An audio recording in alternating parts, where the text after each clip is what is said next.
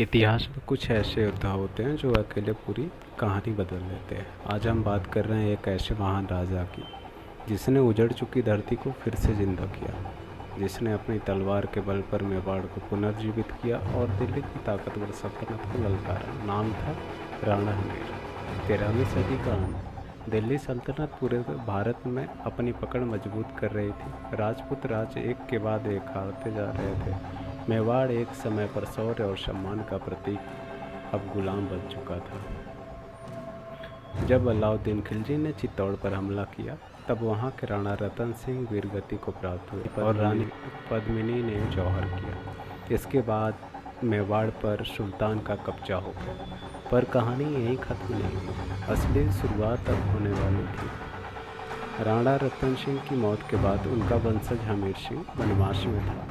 एक समय था जब वो जंगलों में भटकते रहे, लेकिन उनका सपना था मेवाड़ राजा।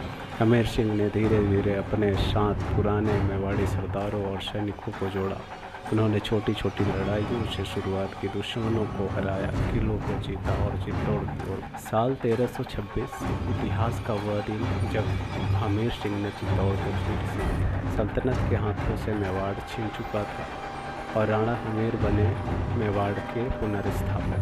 राणा हमीर की बढ़ती ताकत से घबराकर दिल्ली के सुल्तान मोहम्मद बिन तुगलक ने एक विशाल सेना भेजी, लेकिन राणा हमीर ने उन्हें भी एक ऐसा सबक सिखाया जो इतिहास में दर्ज है। युद्ध हुआ, सिंगोली का युद्ध।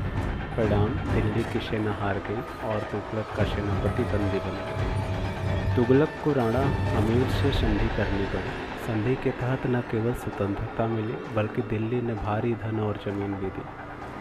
इस जीत के बाद राणा हमीर पूरे भारत में राजपूत गौरव का प्रतीक बन गए।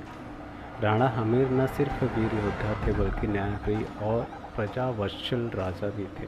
उन्होंने मेवाड़ को फिर से समृद्ध और सुरक्षित बनाया। उनका शासन राजपूत परंपरा और सम्मान की पुनर्स्थापना का प्रतीक बन गया।